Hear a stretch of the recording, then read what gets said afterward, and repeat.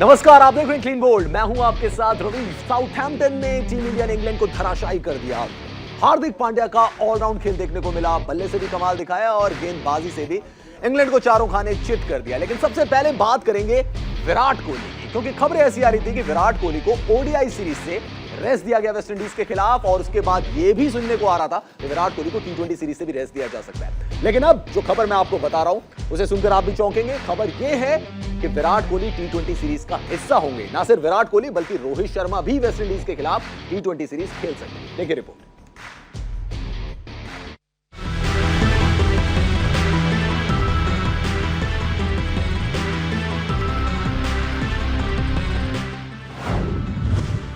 टी20 series में दिखेगा विराट का टशन। वेस्टइंडीज के खिलाफ कोहली मनाएंगे जश्न। नहीं चाहिए आराम, विराट को चाहिए काम।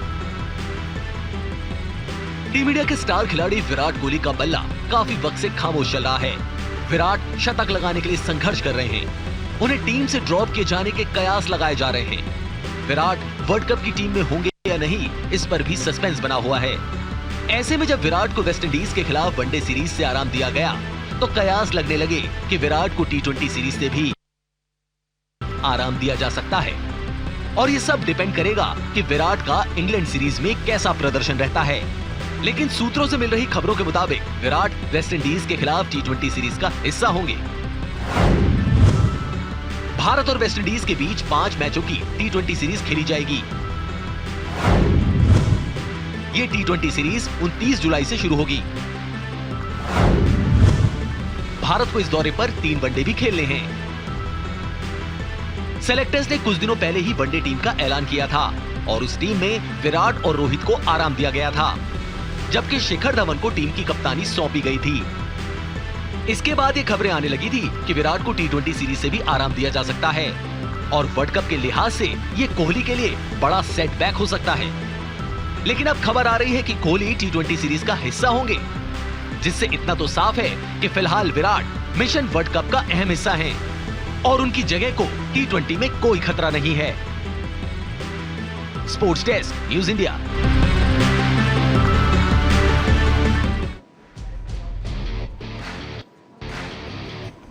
तो सवाल इसलिए भी उठ रहे हैं क्योंकि कुछ दिनों पहले हमने आपको खबर दिखाई दी कि विराट कोहली पर सेलेक्टर्स की भी नजर है और इंग्लैंड सीरीज डिसाइसिव सीरीज हो सकती है, एक अहम सीरीज हो सकती है जहां विराट कोहली को चलना ही होगा। लेकिन अभी जो खबर हम आपको बता रहे हैं, वेस्टइंडीज के खिलाफ 5 मैचों की टी20 सीरीज है, उसमें विराट कोहली खेलेंगे। No rest for Virat Kohli. Latika, मेरा सवाल आपसे यह है कि विराट कोहली के बारे में जो खबरें आ रही है, कभी आती है कि रेस्ट लेंगे, कभी नहीं लेंगे, क्या रेस्ट जरूरी है या आपको लगता है किसी भी क्रिकेटर को अगर फॉर्म हासिल करनी है तो उसे कंटिन्यूअस क्रिकेट खेलनी चाहिए? देखिए, मुझे ऐसा लगता है कि अगर फॉर्म वापस लेनी है तो आपको मिडिल में ही वो फॉर्म वापस आएगी। रेस्ट करके आपको कोई फॉर्म वापस नहीं मिलेगी, क्योंकि जितने ज्यादा आप मैचेस खेलेंगे उसमें आपको पता चलेगा कि आप कितने कॉन्फिडेंस के साथ क्रीज पे जा रहे हैं, किस तरह से आप खेल रहे हैं, क्या प्लान्स हैं आपके, जो खामियां आपकी रही हैं जिसकी वजह से फॉर्म में प्रॉब्लम है, उन खामियों को दूर करते चले जाएंगे और इसी तरीके से आप रन्स की तरफ जाएंगे। तो मुझे लगता है कि जितने ज़्यादा मैचेस खेलेंगे, जितने ज़्यादा अपॉर्चुनिटीज़ रहेंगी, उतनी जल्दी विराट कोहली फॉर्म में आएंगे। तो अभी रेस्ट का कोई तुक भी नहीं बनता रविश, क्योंकि वर्ल्ड कप नज़दीक है। तो आप अगर मेन प्लेयर हैं, अभी आप फॉर्म में नहीं है और आप मेन प्लेयर हैं, तो आप चाहेंगे ये दिखाना सिलेक्टर्स को भी, मैनेजमेंट को भी, कि आप में अभी भी वो काबिलियत है, वो रन मशीन जो हम बोला करते थे, अभी भी आप वही हैं। बस एक अच्छी इनिंग की उम्मीद करते हैं यार रविश के विराट कोहली के। जो बाकी के अभी मैच बचे हैं इंग्लैंड में टी20 के, वहाँ किस तरह की परफॉर्मेंस देते हैं, क्या टेम्परामेंट उनका रहेगा, वो काफ़ी चीज़ें हैं जो देखने को मिलेगी। क्योंकि इससे पहले हम ऋषभ पंत के बारे में बात कर रहे थे, साउथ अफ्रीका में किस तरीके की बल्लेबाजी उन्होंने की सीरीज में, लेकिन राहुल द्रविड़ ने उनको बैक किया और आपने टेस्ट मैच में देखा कि किस तरह की बल्लेबाजी की। तो यहाँ पे ये नहीं कह सकते आप कि फॉर्म जो है वो काफ़ी लंबे हद तक चलेगी। On end of Virat Kohli ने रन्स बनाए हैं, हाँ ये चीज जरूर है, सेंचुरी नहीं आई, लंबे इनिंग नहीं खेल पाए हैं अभी तक। ये एक बड़ी प्रॉब्लम रही है। लेकिन अगर हम विराट कोहली के लिहाज से भी बात करें लतिका, जैसा कि पहले कहा जा रहा है कि भैया उनको शायद रेस्ट दे देते, अभी वो खेल रहे हैं वनडे सीरीज के लिए, लेकिन रेस्ट है। और मेरा सवाल फिर से वही है कि क्या सीनियर खिलाड़ियों के लिए रेस्ट जरूरी है और आपने वनडे में खिलाड़ियों को फिर कंसीडर नहीं किया है? मुझे लगता है कि यहाँ रेस्ट की वजह अगर उनको ज़्यादा से ज़्यादा नंबर ऑफ मैचेस दिए जाएं तो ज़्यादा बेहतर होगा मैनेजमेंट के लिए भी, और अपकमिंग जो आप बड़े एक स्टेज पे जा रहे हैं खेलने के लिए, उस स्टेज के लिए भी अब जितना आप प्रैक्टिस करेंगे उतना अच्छा रहेगा, क्योंकि ऑलरेडी ये जो टेस्ट मैच हुआ है यहाँ काफ़ी रेस्ट मिल चुका है। अगर हम स्पेशली रोहित शर्मा की बात करें, क्योंकि वो बीमार थे, कोविड से अभी उभरे हैं, तो मुझे लगता है जितने ज़्यादा नंबर ऑफ मैचेस वो खेलेंगे तो उनके लिए भी बेहतर होगा, विराट कोहली के लिए भी बेहतर होगा कि कॉम्बिनेशन क्या बनाना है। एज अ कैप्टन आप क्या सोच रखते हैं अपने लड़कों के लिए कि उनको क्या कॉम्बिनेशन में आप खिलाना चाहते हैं, किस तरह से बॉलिंग डलवाना चाहते हैं। बहुत सी स्ट्रैटेजीज हैं रवीश यहाँ पर कि आप ज़्यादा से ज़्यादा अगर ग्राउंड पे रहेंगे तो वो ज़्यादा फायदा देगी आपकी टीम को। आप अगर लॉन्गर वर्जन उसको देख रहे हैं वर्ल्ड कप के लिए, अगर आप देख रहे हैं सारी चीज़ें, क्या इसमें डिसीजन कौन ले रहा है? मतलब सेलेक्टर सोच रहे हैं कि इस समय रेस्ट देना है, इस समय खिलाना है, या प्लेयर से भी आपको लग रहा है पूछा जा रहा होगा कि हाँ आपको रेस्ट चाहिए या नहीं चाहिए, या आप कौन सी सीरीज खेलना चाहते हैं? मुझे लगता है कि जो सिचुएशंस अभी क्रिएट हुई हैं पिछले कुछ दिनों में, कुछ महीनों में, कुछ मैचेस में, उसके लिहाज से मुझे लगता है कि ये मैनेजमेंट का डिसीजन रहा होगा कि हम जो अपकमिंग बॉयज़ हैं, जो अच्छे युवा खिलाड़ी हैं, उनको भी वो उतना ही मौका देना चाहते हैं, क्योंकि रवीश आईपीएल का जो स्टेज है ना, उसने सरदर्दी बना के रखी हुई है सिलेक्टर्स के लिए, क्योंकि वहाँ से नंबर ऑफ परफॉर्मर्स इतने आ जाते हैं कि सबको आप मौका नहीं दे पाते हैं। तो वहाँ ये सिचुएशन क्रिएट होती है कि आप अपने सीनियर प्लेयर्स को रेस्ट दें, उनको मौका दें, क्योंकि अगर सीनियर प्लेयर्स खेलते रहेंगे तो उनको मौके की जगह बनेगी नहीं। लेकिन ये डिपेंड करता है कि आप किस टाइम पर ये मौके दे रहे हैं। आपके पास वर्ल्ड कप आने वाला है, उसकी आप तैयारी कर रहे हैं, तो क्या आप अब देखना चाहते हैं कि ये प्लेयर्स किस तरह से कर रहे हैं, या इन फॉर्म जो प्लेयर्स हैं, युवा खिलाड़ी हैं, उनको आप देख रहे हैं कि बड़ी स्टेज पे लेके जाना चाहते हैं। और अब आपके पास ज्यादा मैचेस बचे हुए नहीं है, तो आपको उसी में ही देखना पड़ेगा।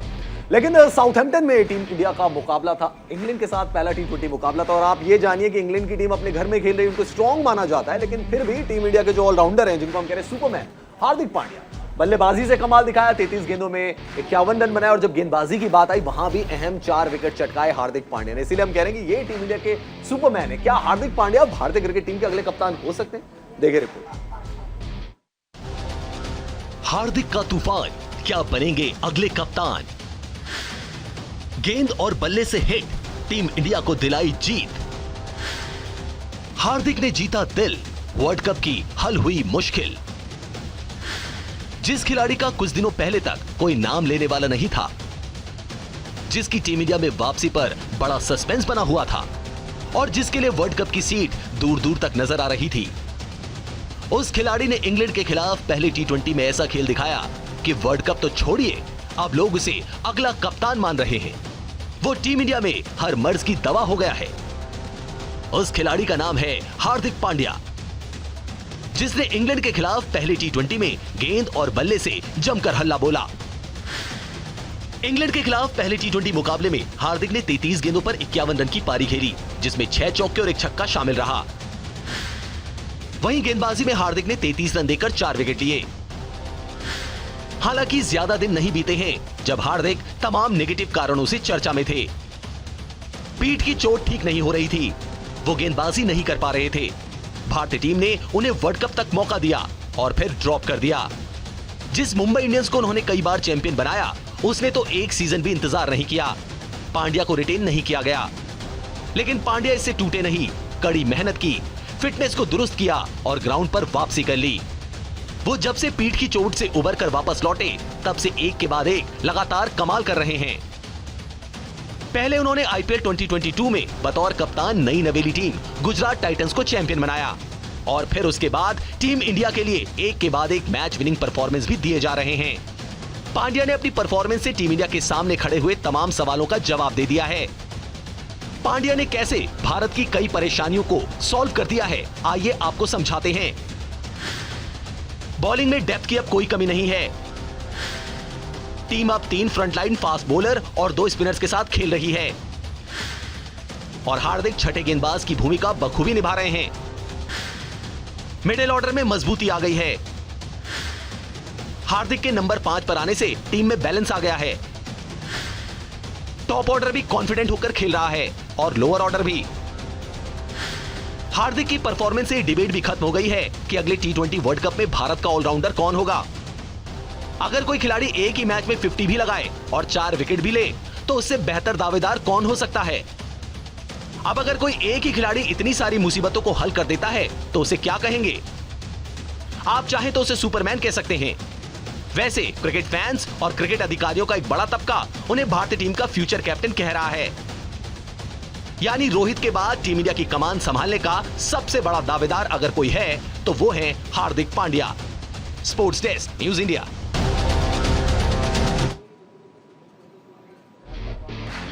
तो साउथहैम्पटन में हार्दिक पांड्या ने सिर्फ बल्ले से कमाल नहीं दिखाया बल्कि गेंदबाजी में भी 4 विकेट चटकाया। मतलब ट्रू ऑलराउंडर जिसे कहते हैं ना टी20 क्रिकेट का, वही हार्दिक पांड्या यहां पर बनकर सामने आए। लेकिन लतिका, क्या कप्तानी की रेस में आगे निकल गए हार्दिक पांड्या? क्या भरोसा ज्यादा हो गया और क्या हम उनको देख सकते हैं future captain of Indian cricket team? बिल्कुल देख सकते हैं। देखिए, आईपीएल एक ऐसी जगह, मैं बार बार कह रही हूँ, जहां से आप अपने पास एक जो प्रतिभाशाली प्लेयर्स हैं उनको लेकर आते हैं। रोहित शर्मा की बात कीजिए, मुंबई इंडियंस के लिए इतने सालों से कप्तानी कर रहे हैं, वहीं से उनको कप्तानी की तरफ देखा जा रहा था। इसी तरीके से अब हार्दिक पांड्या को अपने आइलैंड में भी कप्तानी कराई। बिल्कुल, और वो खरे उतरे हैं। उन्होंने हमेशा कहा है कि जब मेरे ऊपर रिस्पॉन्सिबिलिटी होती है तो मैं अच्छा खेलता हूँ। और उन्होंने कल ये भी बात कही है कि जब तक मैं 100% अपना नहीं दे सकता तो मैं फील्ड पे उतरना नहीं चाहूंगा। अब वो इंजरी से उभरे हैं, इतने महीनों तक दूर रहे इंटरनेशनल क्रिकेट से, लेकिन अब एकदम फिट हैं और अपना 100% दे रहे हैं। और उसका रिजल्ट हम देख ही रहे हैं कि किस तरह से सुपरमैन बने हुए हैं अभी वो। बिल्कुल, गेंद और बल्ले दोनों से कमाल। और मैच खत्म होने के बाद हार्दिक पांड्या, क्योंकि मैन ऑफ द मैच बने थे, तो प्रेस कॉन्फ्रेंस में आए, क्या कुछ कहा हार्दिक पांड्या ने, वो आपको सुनवाते हैं। Again, sir, depending on how and what we are playing, obviously right now this is a white ball season in a way that जो बड़े World Cups आ रहे हैं, they are more focused on white ball, and I've always seen that right now मेरे लिए जितना मैं India के लिए व्हाइट बॉल खेल सकूं वो ज्यादा बेहतर है। जब टेस्ट का मौका आएगा सर बिल्कुल, लेकिन अभी ज्यादा इंपॉर्टेंट है कि मैं क्या खेलना है क्या नहीं खेलना है वो तो सर समय ही बताएगा। लेकिन अभी फोकस वही है कि जो मैच खेल सकूं, जो जहां 100% दे सकूं, और जहां अगर मैं 100% नहीं लूंगा तो सर मैं वापस बाहर चला जाऊंगा। सो मेरे लिए सिंपल है, if I can play as 100% cricketer then only I will play, if I don't then simple, no matter, I will not take someone's place. तो जो बात लतिका कह रही थी कि 100% अगर मैं नहीं दे पाऊंगा तो मैं नहीं खेलूंगा, मैं किसी की जगह नहीं लेना चाहता हूं। लेकिन लतिका, शायद भारत के लिहाज से, टी20 क्रिकेट के लिहाज से जो चीज इंपॉर्टेंट है, जो हमने देखा कल, वो है हार्दिक पांड्या की गेंदबाजी। क्योंकि अगर वो गेंदबाजी करते तो आपको एक छठा बॉलिंग ऑप्शन मिल जाता है। और बिल्कुल, अगर आपके पास इस तरह की गेंदबाजी भी अगर रहती है और बल्लेबाजी भी रहती है तो हमेशा आपके पास जीतने के चांसेस परसेंटेज में ज्यादा हो जाते हैं। क्योंकि देखिए, अगर आपको एक गेंदबाज लेना पड़ेगा तो एक एक्स्ट्रा प्लेयर को बाहर भी बिठाना पड़ेगा, चाहे वो बल्लेबाज हो चाहे वो गेंदबाज हो। तो यहाँ इस तरह के कॉम्बिनेशन काफी अच्छे रहते हैं। अगर यही चीज हम देखते हैं कि आपका मिडिल ऑर्डर कितना स्ट्रॉन्ग करते हैं, फिनिशिंग कितनी अच्छी रहती है। यहाँ पर आप कल के मैच में देखिए, जो एक टेम्पो स्टार्ट किया रोहित शर्मा ने और ईशान किशन ने, तो वो टेम्पो जो सेट था वो आखिर तक रहा। ये एक प्लस पॉइंट मुझे कल के मैच में बहुत अच्छा लगा कि एक जो रन रेट थी, जो स्टार्ट किया उस रन रेट से ही वो खेलते चले गए। तो ये चीज़ अच्छी है। और हार्दिक पांड्या गेंदबाजी, और इस तरह की गेंदबाजी अगर वो आगे तक इसको कंटिन्यू कर पाए तो बड़े ही खतरनाक प्लेयर होंगे ये दूसरी। और लगता है एक चीज और उन्होंने क्लियर कर दी कि अभी फोकस टेस्ट क्रिकेट पे नहीं है हार्दिक पांड्या का। जो उनकी फॉर्म है, जो उनकी फिटनेस है और जो वर्ल्ड कप आगे आ रहा है, शायद सिर्फ कंसंट्रेट करना चाहते हैं व्हाइट बॉल क्रिकेट पर। देखिए, बिल्कुल उनके एकदम क्लियर थिंकिंग है कि मुझे क्या करना है और क्या नहीं करना। ये चीज़ और ज़्यादा कॉन्फिडेंस देती है आपको, जब आप अपने लिए क्लियर हैं कि मैं ये करने वाला हूँ, उसकी प्रिपरेशन उस तरीके से वो कर रहे हैं। तो ये एक बहुत ही प्लस पॉइंट है कि उनकी सोच एकदम क्लियर है कि मैं अगर 100% दूंगा तो ही मैं टीम में खेलूंगा, अगर मैं 100% नहीं दे सकता हूँ तो मैं किसी की जगह भी बेकार नहीं कर सकता। तो ये एक अच्छी सोच है यहाँ पर कि इस तरह की सोच के साथ वो हमेशा ग्राउंड। बिल्कुल, और जो हम सोच रहे थे कि ऑलराउंडर का स्लॉट, क्या वेंकटेश अय्यर, हार्दिक पांड्या, शायद अभी हार्दिक पांड्या ही उस रेस में सबसे आगे और नजर भी वही आ रहे हैं। लेकिन साउथहैम्पटन में किस तरीके से टीम इंडिया ने इंग्लैंड को धराशायी कर दिया, सीरीज में 1-0 की लीड ले ली, वो आपको दिखाते हैं। हिटमैन आए, जीत लाए, इंग्लैंड को हराया, रोहित ने रिकॉर्ड बनाया, टी20 में जीत, अंग्रेजों को दिया पीठ।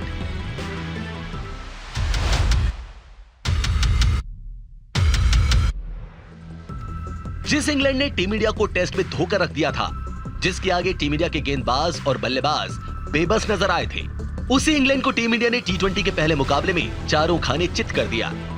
भारत ने इंग्लैंड के खिलाफ जीत के साथ टी20 सीरीज की शुरुआत की। रोज बाउल में खेले गए मुकाबले को रोहित शर्मा की टीम ने 50 रनों से अपने नाम किया। टीम इंडिया ने पहले बैटिंग करते हुए 198 का स्कोर बनाया और उसके बाद इंग्लैंड को 148 में धराशायी कर दिया। इस जीत के साथ ही 3 मैचों की सीरीज में भारत को 1-0 की बढ़त भी मिल गई है। रोहित की कप्तानी में यह भारत की लगातार 13वीं टी20 इंटरनेशनल जीत है। वो लगातार 13 मैच जीतने वाले पहले कप्तान बन गए हैं। टॉस जीतकर पहले बल्लेबाजी करने उतरी भारतीय टीम को कप्तान रोहित शर्मा ने ताबड़तोड़ शुरुआत दी और लगा कि रोहित बड़ी पारी खेलकर ही दम लेंगे, लेकिन रोहित कुछ बड़ा कर पाते उससे पहले ही मोइन अली ने उन्हें बटलर के हाथों कैच आउट करवा दिया। साथ ही ओपनर ईशान किशन संघर्ष करते हुए दिखाई दिए और वो भी मोइन अली का शिकार बने। टीम इंडिया के लिए रोहित ने महज 14 गेंदों पर 24 रन बनाए, जिसमें 5 चौके शामिल रहे। 46 रन के स्कोर पर 2 विकेट गिरने के बाद टीम इंडिया पर दबाव दिखाई दे रहा था, लेकिन सूर्य कुमार यादव और दीपक हुड्डा ने बेखौफ होकर बल्लेबाजी करते हुए प्रेशर इंग्लैंड की टीम पर ला दिया। दोनों ने शानदार अंदाज में बल्लेबाजी की और रन रेट को कम नहीं होने दिया। सूर्य कुमार यादव ने महज 19 गेंदों पर 39 रनों का योगदान दिया, जिसमें 4 चौके और 2 छक्के शामिल रहे। वहीं दीपक हुड्डा ने 3 चौके और 2 छक्के उड़ाते हुए कुल 17 गेंदों पर 33 रन बनाए। दोनों खिलाड़ियों ने तीसरे विकेट के लिए 43 रनों की साझेदारी की। दीपक हुड्डा और सूर्य कुमार यादव का विकेट क्रिस जॉर्डन ने लिया। इसके बाद रन बनाने का जिम्मा हार्दिक पांड्या ने उठाया। हार्दिक ने आते ही ताबड़तोड़ अंदाज में बल्लेबाजी की और इंग्लैंड के गेंदबाजों को बैकफुट पर धकेल दिया। हार्दिक ने महज 33 गेंदों पर 51 रन बनाए, जिसमें 6 चौके और 1 छक्का शामिल रहा। यह हार्दिक के टी20 करियर का पहला अर्धशतक रहा। भारतीय टीम का स्कोर 16.3 ओवरों में 4 विकेट पर 171 रन था और ऐसा लग रहा था कि टीम 200 के ऊपर आसानी से पहुंच जाएगी, लेकिन लगातार विकेट गिरने के चलते टीम इंडिया 8 विकेट पर 198 रन तक ही पहुंच पाई। खास बात यह है कि आखिरी 5 ओवरों में महज 41 रन ही बने। टारगेट का पीछा करने उतरी इंग्लैंड की टीम को पहले ही ओवर में जबरदस्त झटका लगा, जब कप्तान जॉश बटलर बिना खाता खोले भुवनेश्वर कुमार की गेंद पर बोल्ड हो गए। इसके बाद डेविड मलान ने कुछ शानदार शॉट्स लगाकर इंग्लिश पारी को मोमेंटम देने की कोशिश की, लेकिन 5वें ओवर में हार्दिक पांड्या ने डबल झटका देते हुए इंग्लैंड को बैकफुट पर ला दिया। हार्दिक पांड्या ने पहले खूबसूरत गेंद पर मलान को बोल्ड किया, फिर 3 गेंद बाद खतरनाक बल्लेबाज लियाम लिविंगस्टन को भी कैच आउट करा दिया। फिर पांड्या ने 7वें ओवर की पहली गेंद पर जैसन रॉय को भी आउट कर दिया, जिसके चलते मेजबान टीम का स्कोर 4 विकेट पर 33 रन हो गया।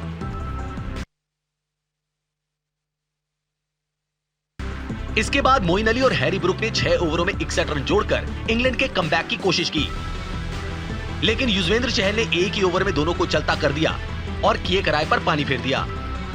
मोइन अली ने सबसे ज्यादा 36 रन और हैरी ब्रुक ने 28 रन बनाए। 100 रनों पर 6 विकेट गिरने के बाद भारतीय टीम की जीत महज औपचारिकता थी। आखिरकार इंग्लैंड की टीम 20वें ओवर की तीसरी गेंद पर ऑल आउट हो गई और टीम इंडिया ने मैच को अपने नाम कर लिया। Sports desk, news India.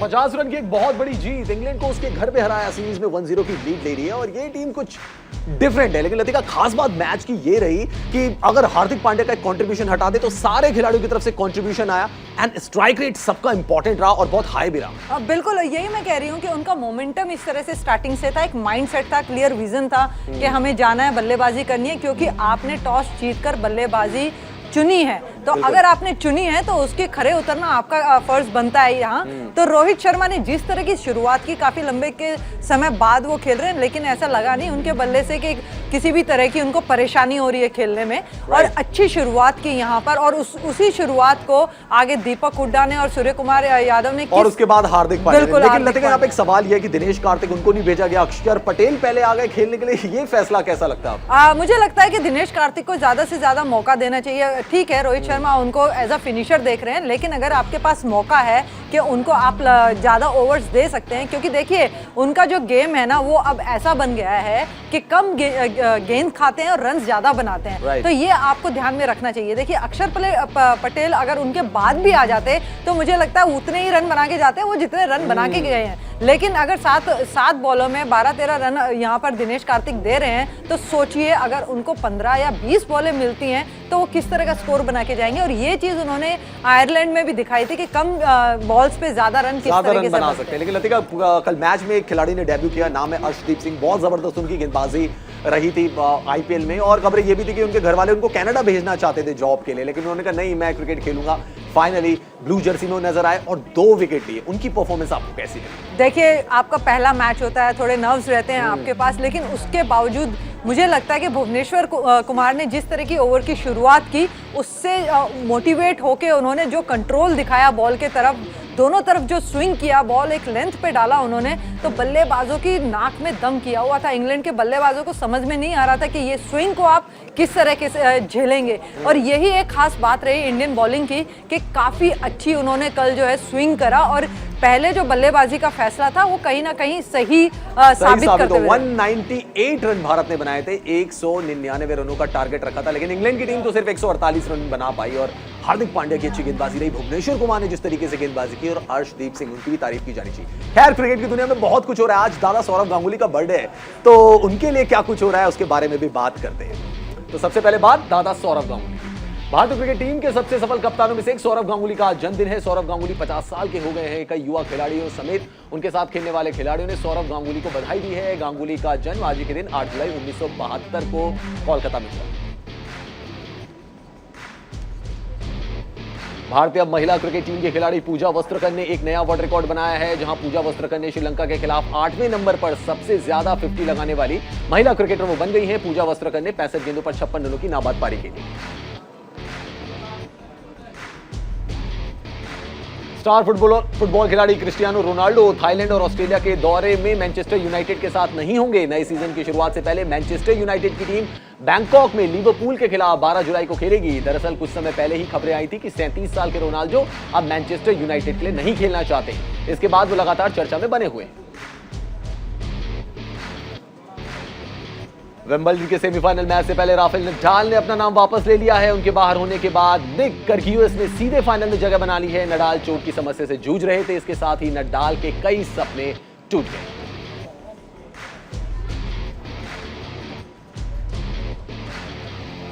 तो स्पोर्ट्स की दुनिया में बहुत सारी हलचल हो रही है। क्रिस्टियानो रोनाल्डो मैनचेस्टर यूनाइटेड छोड़ेंगे। राफेल नडाल ने मैच ही छोड़ दिया क्योंकि इंजरी उनकी बहुत ज्यादा प्रॉब्लम कर रही थी। लतिका हमारे साथ जुड़ी थी, आपका बहुत बहुत शुक्रिया। फिलहाल क्लीन बोल्ड में इतना ही। आप देखते रहिए न्यूज़ इंडिया।